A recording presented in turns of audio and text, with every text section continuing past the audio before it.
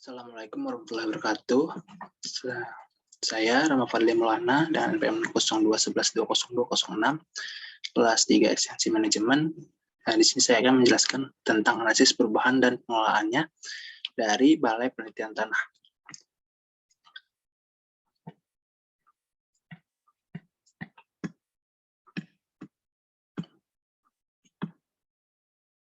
Pertama, saya menjelaskan tentang profil perusahaan. Balai Penelitian Tanah atau Balai Tanah merupakan lembaga penelitian yang awalnya didirikan oleh pemerintah Belanda. Namun dalam perkembangannya sudah sering berganti nama dan berubah struktur organisasi lainnya. Balai Penelitian Tanah atau Balai Tanah merupakan unit pelaksanaan teknis yang dibentuk berdasarkan surat keputusan Menteri Pertanian nomor 96 KPTS OT titik 210 1/202 tanggal 29 Januari 2002. Dalam pelaksanaan tugasnya berada di bawah koordinasi Balai Besar Penelitian Tanah, Penelitian dan Pengembangan Sumber Daya Lahan Pertanian, Badan Penelitian dan Pengembangan Pertanian, Departemen Pertanian, berdasarkan surat keputusan Kepala Balai Penelitian dan Pengembangan Pertanian nomor 157 KPTS OT titik 160 J/7/2006 pada tanggal 10 Juli 2006.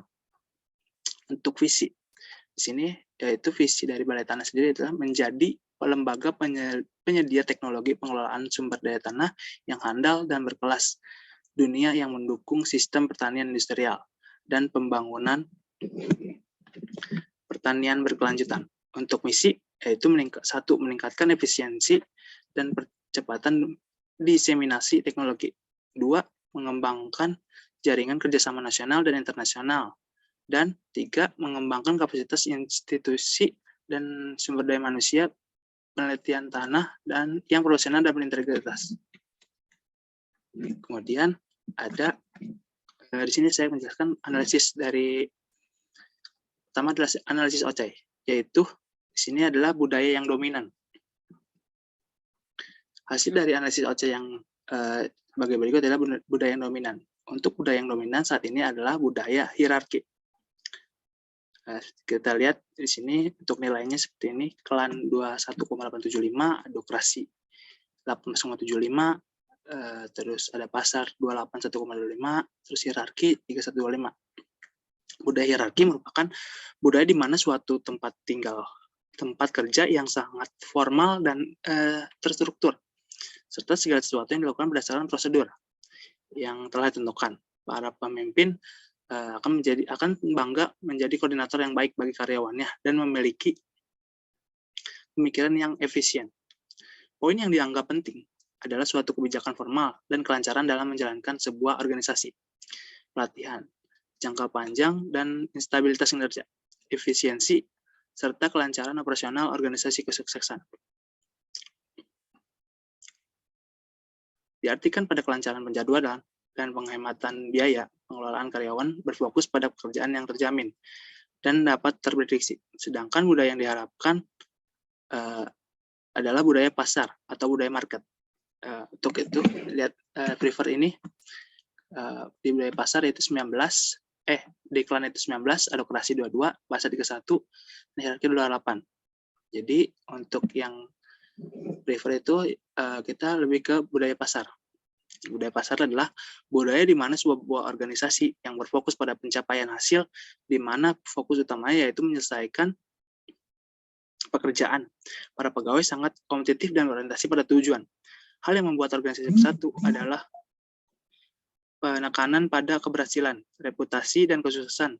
Ada fokus utama dan fokus jangka panjang, yaitu tindakan yang kompetitif dan penghargaan pada pencapaian dari suatu tujuan dan target.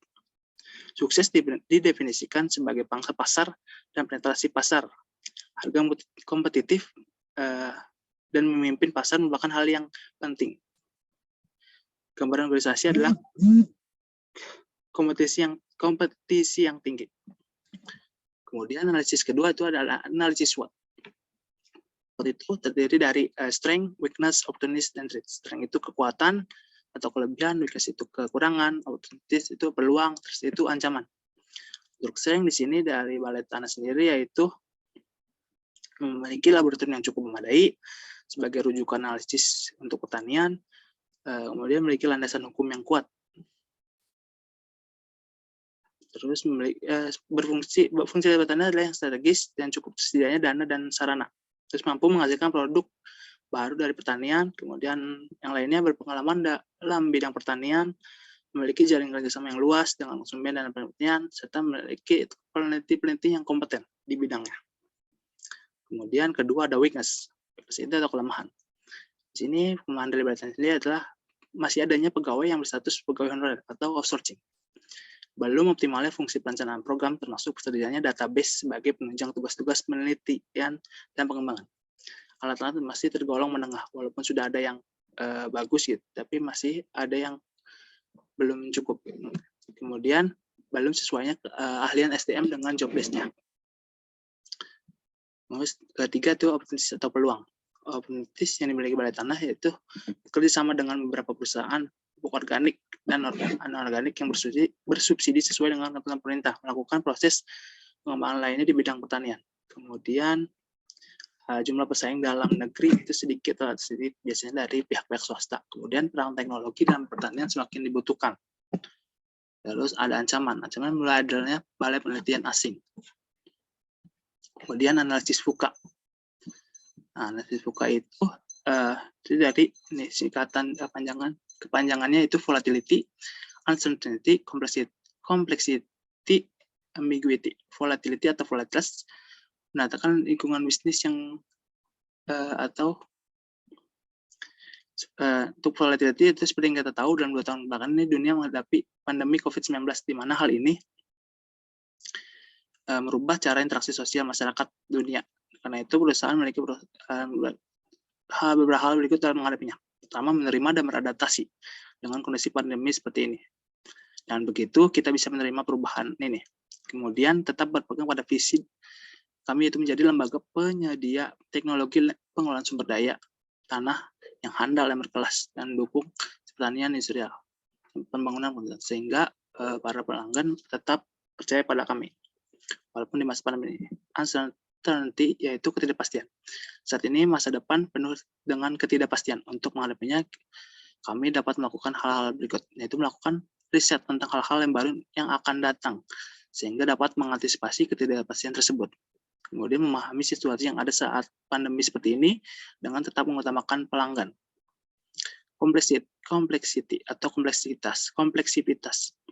Dunia kian hari semakin modern dan lebih kompleks dari sebelumnya. Masalah dan akibat juga akan berlapis dan saling mempengaruhi.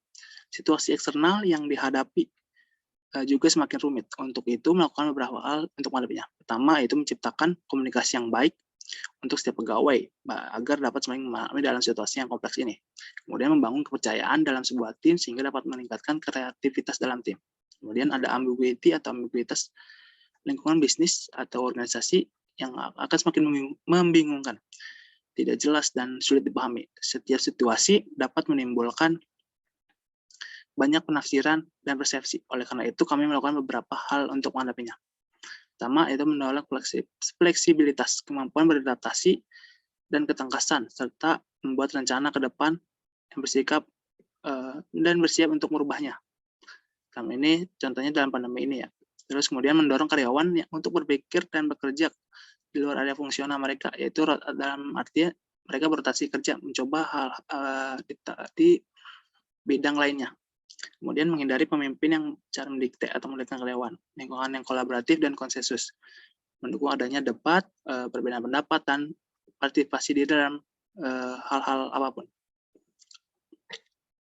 Kemudian kesimpulannya yaitu dari analisis OCAI, SWOT, dan VUCA Balai Tanah dapat melakukan perubahan dan makanya didapat kesimpulan bahwa Balai Tanah harus melakukan beberapa hal mulai dari mengubah budaya dominan yang menjadi budaya pasar, lalu mengelola sumber daya dengan kebutuhan sesuai dengan kebutuhan, meningkatkan teknologi yang sudah ada teknologi yang ada di lingkup kerja, memanfaatkan keuntungan sebagai sebuah organisasi yang di bawah langsung Kementerian Pertanian, menciptakan suasana kerja yang nyaman bagi semua pihak.